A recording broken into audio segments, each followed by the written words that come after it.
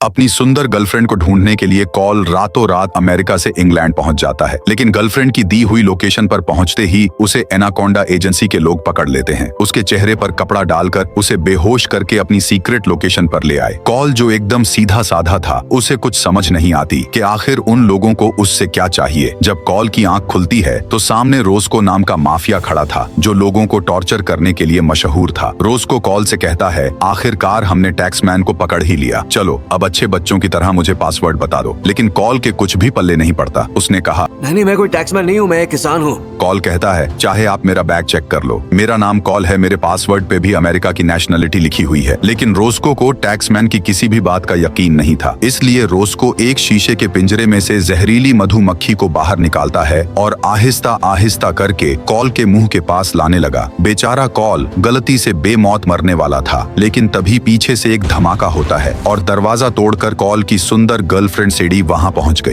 अंदर आते ही सेडी ने रोस्को के सभी चेलों को जान से मार डाला, लेकिन आखिर में रोस्को बचता है। वो सेडी से कुछ कह पाता इससे पहले ही सेडी ने उसका भेजा उड़ा दिया, फिर उसकी फोटो खींचकर रोस्को को एक गड्ढे में गिरा देती है। इसके तुरंत बाद सेडी ने कॉल की रस्सियां खोली और उसे अपने साथ चलने का बोला। कॉल अपनी गर्लफ्रेंड का ये रूप देखकर चौंक जाता है। सेडी ने कॉल से कहा, ये वक्त हैरान होने का नहीं बल्कि इन गुंडों से बचने का है। अलार्म बजे उससे पहले हमें यहाँ से निकलना होगा। उसने कॉल को एक पिस्तौल दिया और अपने पीछे पीछे रहने का बोला। फिर वो दोनों आहिस्ता आहिस्ता करके गुफा से बाहर निकलने की कोशिश करने लगे, लेकिन रास्ते में उन्हें रोस्को के आदमी घेर लेते हैं। मगर सेडी भी कुछ कम नहीं थी, वो अपने सामने आने वाले हर सोल्जर को मौत की नींद सुला देती है। एक पल तो ऐसा आया जब हर तरफ से सोल्जर उन दोनों पर टूट पड़े, लेकिन सेडी ने कॉल को झुकने का कहा और खुद चारों तरफ घूमकर सभी गुंडों को जहन्नम की टिकट थमा दी। फिर वक्त जाया किए बिना सेडी कॉल को लेकर गुफा से बाहर आ जाती है। बाहर निकलते ही कॉल ने देखा कि अब वो लंदन में तो बिल्कुल भी नहीं है। सेडी कहती है, नजारा बाद में देख लेना, अभी फिलहाल यहाँ से भागो, क्योंकि उनके पीछे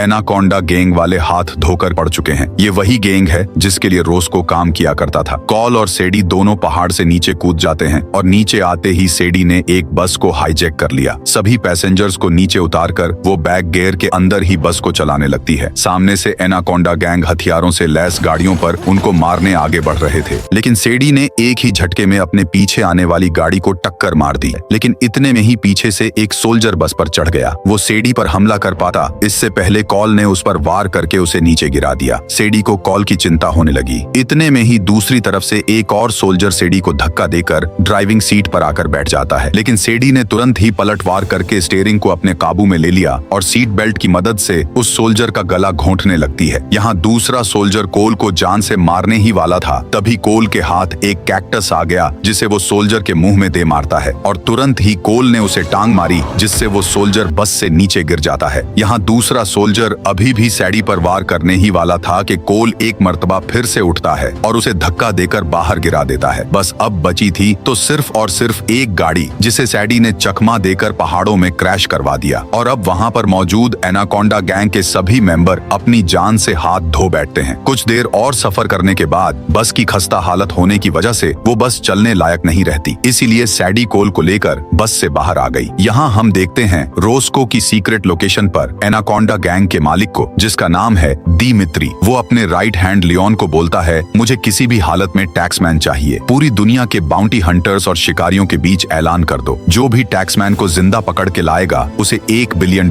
दिए जाएंगे। लेकिन याद रहे, टैक्समैन को सिर्फ और सिर्फ जिंदा ही पकड़ना है। फिर उसकी नजर पड़ती है रोस्को के एक प्राइवेट चेले पर, जो गोली लगने की वजह से बहुत ज्यादा घायल था, लेकिन अभी भी वो जिंदा होता है। इसलिए दिमित्री दुनिया की सबसे जहरीली कीड़ियों को उस पर छोड़ देता है। जहरीली चींटियों के डंक की वजह से रोस्को का चेला तड़प तड़प कर मारा गया और फिर वो सीन कट हो गया। यहाँ हम देखते हैं कॉल और सेडी को, जिन दोनों के बीच लड़ाई हो रही थी, क्योंकि कॉल को लगता था कि सेडी आज से 2 महीने पहले न्यूयॉर्क में रहा करती थी, जिसके कारण सब्जी मंडी में उन दोनों की मुलाकात होती है। पहली मुलाकात में ही वो दोनों एक दूसरे को पसंद करने लगे। कॉल बताता है कि मुझे सब्जियों, पौधों और एग्रीकल्चर के बारे में बहुत ज्यादा नॉलेज है। मैं चाहता तो फार्मिंग के अंदर साइंटिस्ट बन सकता था, लेकिन मैंने साइंटिस्ट बनने की बजाय अपने बूढ़े माँ बाप की मदद करने का फैसला किया, जो अभी भी फार्मिंग ही करते हैं। वो दोनों एक साथ घूमते हैं और बहुत ही जल्द करीब आ गए। एक माँ एक दूसरे के साथ रहने के बाद सेडी कॉल को कहती है, मुझे काम के सिलसिले में बाहर जाना है। सेडी ने झूठ बोला था कि वो एक आर्ट मेकर है, लेकिन जब 1 महीना हो जाने के बाद भी सेडी कॉल को फोन नहीं करती तो कॉल अपने एक दोस्त को कहकर सेडी की लोकेशन निकलवाता है और सीधा निकल गया अमेरिका से इंग्लैंड की ओर। और आगे जो हुआ वो आप सभी को पता ही है। यहाँ चलते चलते सेडी कॉल को लेकर पाकिस्तान में मौजूद एक छोटे से टाउन में आ जाती है। वहाँ पर उसकी मुलाकात मिकाइल से हुई। सेडी ने मिकाइल को कहा, तुम्हें मेरा एक काम करना होगा, मेरे लिए तुम्हें कॉल को घर छोड़ना है। अब कॉल भी सेडी की असलियत जान चुका था और उसे सेडी पर गुस्सा होता है, इसलिए वो भी घर जाना चाहता था। लेकिन जब मिकाइल कॉल से बातचीत करता है तो उसे पता चला कि सेडी और कॉल एक दूसरे को प्यार करते हैं, इसलिए मिकाइल उन दोनों को मजाक करने लगा। लेकिन तभी सेडी कहती है, तुम इसे घर छोड़ने वाले हो या नहीं? और जाने से पहले सेडी एक मर्तबा फिर वापस आई और उसने कॉल को कहा, आज के बाद फिर कभी मुझे कॉल मत करना। इतना कहकर सेडी वहाँ से चली गई। मिकाइल कॉल को लेकर एयरपोर्ट की तरफ निकलने लगा तो मिकाइल कहता है, यह सारा एरिया मेरे अंडर है और समझ लो मैं ही यहाँ का बादशाह हूँ। ये मेरा इलाका है, मेरी मर्जी के बिना परिंदा भी पर नहीं मार। और पलक झपकते ही मिकाइल मिट्टी में मिल गया। उसे मारने वाले का नाम था मार्कस, जिसने सेडी को गन पॉइंट पर लिया हुआ था। सबसे स्मार्ट हंटर हूँ मैं। लेकिन स्मार्ट हंटर अब ज्यादा देर तक स्मार्ट नहीं रहता। उसे टाइका नाम का एक दूसरा बाउंटी हंटर गोलियों से बूम देता है। कोल और सेडी की मुश्किल अभी कम नहीं हुई थी, बल्कि वो तो और भी ज्यादा बढ़ चुकी थी। चलते चलते टाइका ने बोला, मुझे नहीं जानना कि तुम दोनों में से टैक्समैन कौन है, मुझे तो बस पैसों से मतलब है। टाइका उन दोनों को एक गाड़ी में बैठने का बोलता है। जैसे ही कोल और सैडी गाड़ी में बैठे तो टाइका भी उनके साथ आकर बैठ गया। कोल ने कहा, तुम्हें हमसे कोई मतलब नहीं है, लेकिन कम से कम अपना नाम ही बता दो। लोग मुझे लेपर्ड बुलाते हैं। लेकिन अब लैपिड का भी शिकार हो चुका था। उसे मारने वाला जोर्दी नाम का बाउंटी हंटर था। वो उन दोनों को गाड़ी से निकालकर पैदल ही अपनी कार तक ले जाने लगता है। कोल ने कहा, तुमसे पहले 2 बाउंटी हंटर ऊपर वाले को प्यारे हो गए, अब तुम अपने इर्द गिर्द सावधानी बरतना। लेकिन जोर्दी ने बोला, मुझे कोई डरा नहीं सकता। लेकिन एक तेज तरीन कार जोर्दी को कुचल देती है। उसमें से कोई और नहीं बल्कि पहले वाला बाउंटी हंटर मार्कस था, जो अभी तक नहीं मरा। लेकिन जैसे ही वो गाड़ी से बाहर निकला तो वो भी मर जाता है। सेडी ने तुरंत ही उसकी गन ली और कहा, बताओ दिमित्री कहाँ मिलेगा। और अगले ही पल वो सीन कट हो गया। फिर हम देखते हैं कोल और सैडी को, जो दोनों दिमित्री की तरफ जा रहे थे। कोल ने कहा, पहले तो मुझे ये बताओ कि सब लोग मुझे टैक्समैन क्यों समझ रहे हैं और उन्हें पासवर्ड किस चीज का चाहिए। आखिरकार सेडी सब कुछ सच सच बता देती है। सैडी ने कहा, मैं एक CIA एजेंट हूँ। CIA में एक टैक्समैन था, यानी एक गद्दार। उसने CIA का सबसे घातक हथियार एनाकोंडा गैंग को बेच दिया। लेकिन जब पासवर्ड बताने की बारी आई तो वो एनाकोंडा गैंग से पासवर्ड के अलग से पैसे मांगता है। लेकिन एनाकोंडा गैंग वालों ने उसे जान से मार दिया। उन्हें लगा शायद वो पासवर्ड को खुद ही क्रैक कर लेंगे, लेकिन ये उनकी सबसे बड़ी भूल थी। पासवर्ड किसी ऐसी चीज में छुपा है जिस पर किसी का ध्यान न जाए। कोल ने कहा, तुम ये सब कुछ एनाकोंडा गैंग वालों को क्यों नहीं बताती? कम से कम वो मेरा पीछा तो छोड़ेंगे। मेरी तरफ से तुम भाड़ में जाओ। लेकिन तभी सैडी ने कोल के मुंह पर जोरदार घूंसा जड़ दिया और अगले ही पल उसे लेकर आ गई दिमित्री के पास। लियोन उसे बाहर निकालता है, लेकिन इतने में वहाँ पर दिमित्री भी आ गया, जो कोल को देखकर कहता है, तो तुम हो टैक्समैन। दिमित्री कहता है, लियोन तुम दोनों को एक छोटी सी फ्लाइट में लेके जाएगा। फ्लाइट के दौरान चुपचाप लियोन को पासवर्ड बता देना, जिससे मैं दुनिया का सबसे घातक हथियार खोल लूंगा और घर बैठा बैठा ही पूरे अमेरिका को राख में बदल दूंगा। यह सुनकर कोल और सैडी परेशान हो जाते हैं। लेकिन तभी सैडी कोल के पास आकर उसके पेट में एक मुक्का मारती है। सैडी ने कहा, तुम मुझे इसके साथ क्यों फंसा रहे हो? मैं तुम्हारे लिए इसे जिंदा पकड़ के लाई। अब तुम मुझे पैसे दे दो और मैं चुपचाप चली जाऊंगी। लेकिन दिमित्री कहता है, माफ करना, मैं तुम्हें 1 रुपया भी नहीं दूंगा, इसलिए चुपचाप लियोन के साथ चलो। दिमित्री ने कहा, लियोन याद रहे, पासवर्ड गलत मत हो, वरना ये हथियार एक्टिवेट हो जाएगा। लैंड होते ही खत्म कर देना। लियोन ने कहा, सच सच बताओ, तुम दोनों का आपस में क्या रिश्ता है? सैडी कहती है, मैं एक बाउंटी हंटर हूँ और मैं इसे नहीं जानती। तभी लियोन ने कॉल के मोबाइल पर खींची हुई एक सेल्फी उन दोनों को दिखाई। इसमें कॉल और सैडी बेड पर लेटे हुए थे, इसलिए लियोन को गुस्सा आ जाता है। लियोन ने कहा, जल्दी से पासवर्ड बता दो, वरना तुम दोनों को प्लेन से नीचे फेंक दूंगा। यहाँ सैडी एक चाल चलती है। सैडी ने अपनी जेब में से लिपस्टिक निकालकर लियोन को दे दी। सैडी ने कहा, इसमें से पासवर्ड को बाहर निकाल लो। लियोन लिपस्टिक की डिब्बी में से 2 लोहे की चिप्स को बाहर निकालता है, जो असलियत में इलेक्ट्रिक शॉक वाली रिंग्स थी, जो सैडी के बटन दबाते ही लियोन को जोरदार झटका देती है, जिससे लियोन बेहोश हो गया। इसी मौके का फायदा उठाते हुए सैडी लियोन के आदमियों पर टूट पड़ी। कोल भी उठकर सैडी की मदद करने लगता है, लेकिन वो दोनों गुंडे बहुत मजबूत थे। उनमें से एक ने तो सैडी के पेट में चाकू घुसा दिया। ये देखकर कोल गुस्से में आ गया, जिसके चलते वो एक एजेंट को मार मार कर अधमरा कर देता है और सैडी ने भी अपने वाले गुंडे को पीट पीट कर नीचे गिरा दिया। कोल सैडी के पास आया और उसका घाव देखकर बहुत ज्यादा डर बढ़ जाता है। सैडी ने कोल से कहा, तुम मेरी चिंता मत करो, ये हथियार लो और सीधा CIA के पास पहुंच जाना। कोल ने यहाँ वहाँ देखा, मगर तभी उसके दिमाग में एक आइडिया आया। कोल पैराशूट वाला बैग पहनता है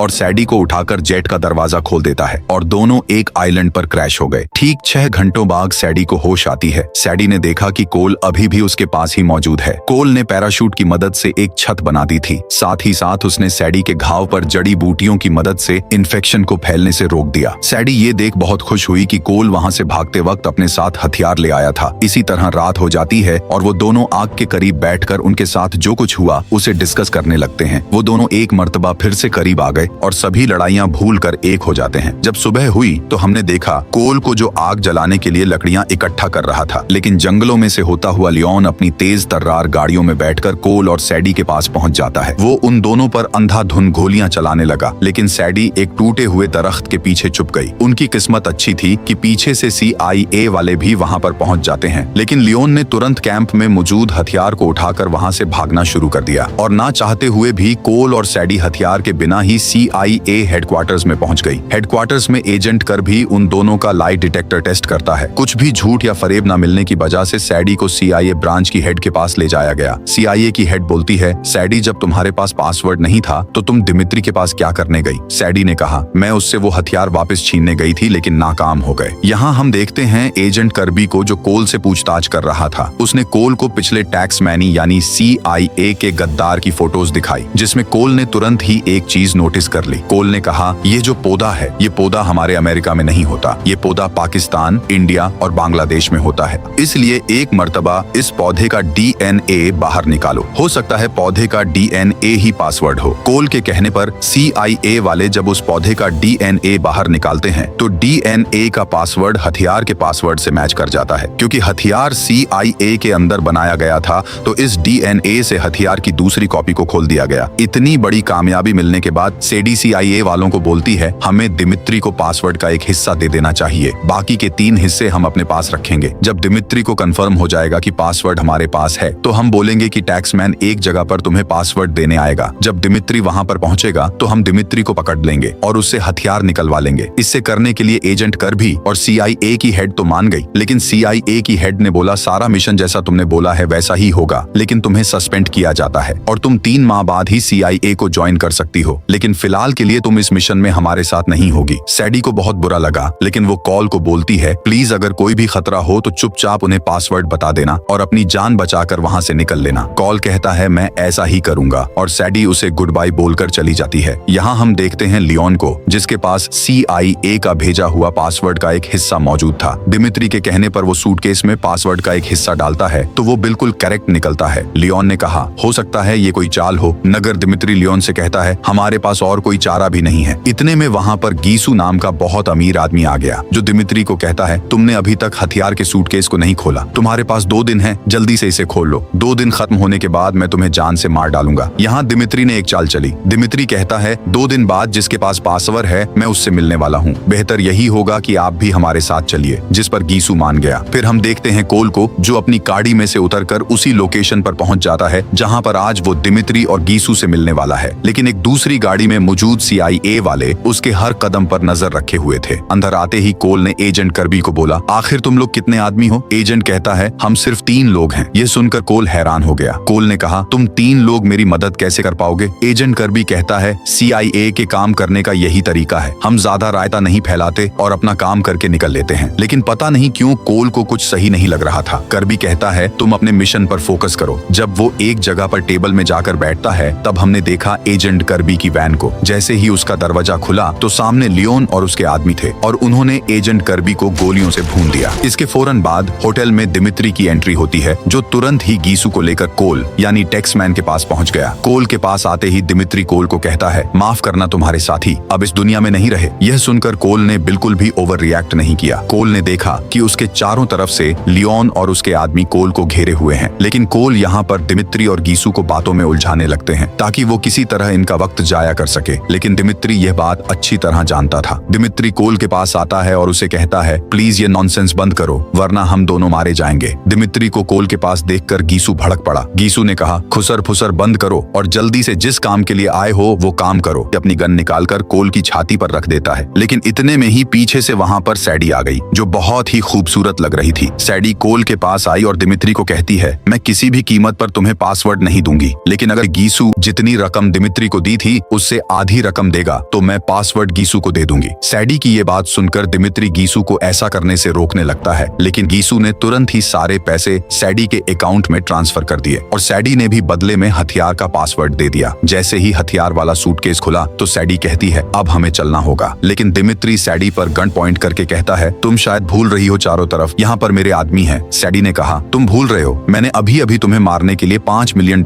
की सुपारी दिए, तो यहाँ पर जो कोई बाउंटी हंटर होगा वो तुम्हें मारने के लिए पहुंच जाएगा। इतने में ही एक बाउंटी हंटर दिमित्री पर गन पॉइंट कर लेता है। यह देखकर दिमित्री के आदमी और गीसू के आदमी उन सभी बाउंटी हंटर को मारने के लिए बिल्कुल रेडी हो गए। मौके का फायदा उठाकर सैडी ने हथियार को अपने कब्जे में लेने की कोशिश की, जिसमें वो कामयाब भी हो जाती है, लेकिन एक गुंडा सैडी पर गोली चला देता है और तभी चारों तरफ से गोलीबारी शुरू हो गई। सैडी ने हथियार को पकड़ा, कोल को अपने पीछे छुपने का कहा और एक एक करके अपने रास्ते में आने वाले हर गुंडे को टपकाने लगी, लेकिन तभी लियोन कोल पर टूट पड़ा। लड़ते लड़ते वो दोनों सीढ़ियों से नीचे गिर जाते हैं। दोनों फौरन से उठ खड़े हुए और एक दूसरे पर टूट पड़ते हैं। लड़ते लड़ते वो दोनों जनरेटर रूम में आ गए, जहां से ऊपर लगी हुई रूफ के घूमने की स्पीड को कंट्रोल किया जाता था। उन दोनों की लड़ाई की वजह से जनरेटर में खराबी आ जाती है और ऊपर लगी हुई छत बड़ी तेजी से घूमने लगी, लेकिन तभी लियोन कोल पर अपनी चेन से अटैक करने लगा और मारते मारते कोल को गरारी के अंदर देने की कोशिश करने लगा, लेकिन कोल ने बड़ी चालाकी से उसी की चेन को गरारी के अंदर दिया, जिससे लियोन गरारी में आकर मारा गया। यहाँ ऊपर स्पीड काफी तेज हो जाने की वजह से रूफ बड़ी तेजी से घूमने लगती है। जब कोल ऊपर आया तो वहाँ पर दिमित्री सैडी पर भारी पड़ रहा था, इसीलिए कोल दिमित्री पर हमला करता है और सैडी की जान बचा लेता है, लेकिन वो हथियार अभी भी दिमित्री के पास था। तभी सैडी ने देखा कि एक पत्थर की फाउंडेशन सीधा दिमित्री की ओर आ रही है। सैडी उस फाउंडेशन पर गोलियां चलाती है, जिससे वो फाउंडेशन दिमित्री पर टूट पड़ी और कोल की मदद से सैड ने दिमित्री के हाथ से हथियार को पकड़ लिया। फाउंडेशन के टूटने की वजह से दिमित्री ऊपर से नीचे जा गिरता है, लेकिन हथियार सैडी के पास बिल्कुल सेफ था, जिससे देखकर वो दोनों आपस में किस करने लगते हैं और इसी के साथ उन दोनों ने दुनिया पर आने वाले खतरे को बचा लिया। और फिल्म के आखिर में हमने देखा कोल की फैमिली को, जो सैडी और कोल की शादी पर बहुत ज्यादा खुश थे। इस तरह ये शानदार फिल्म अपने अंजाम को पहुंची। शुक्रिया दोस्तों।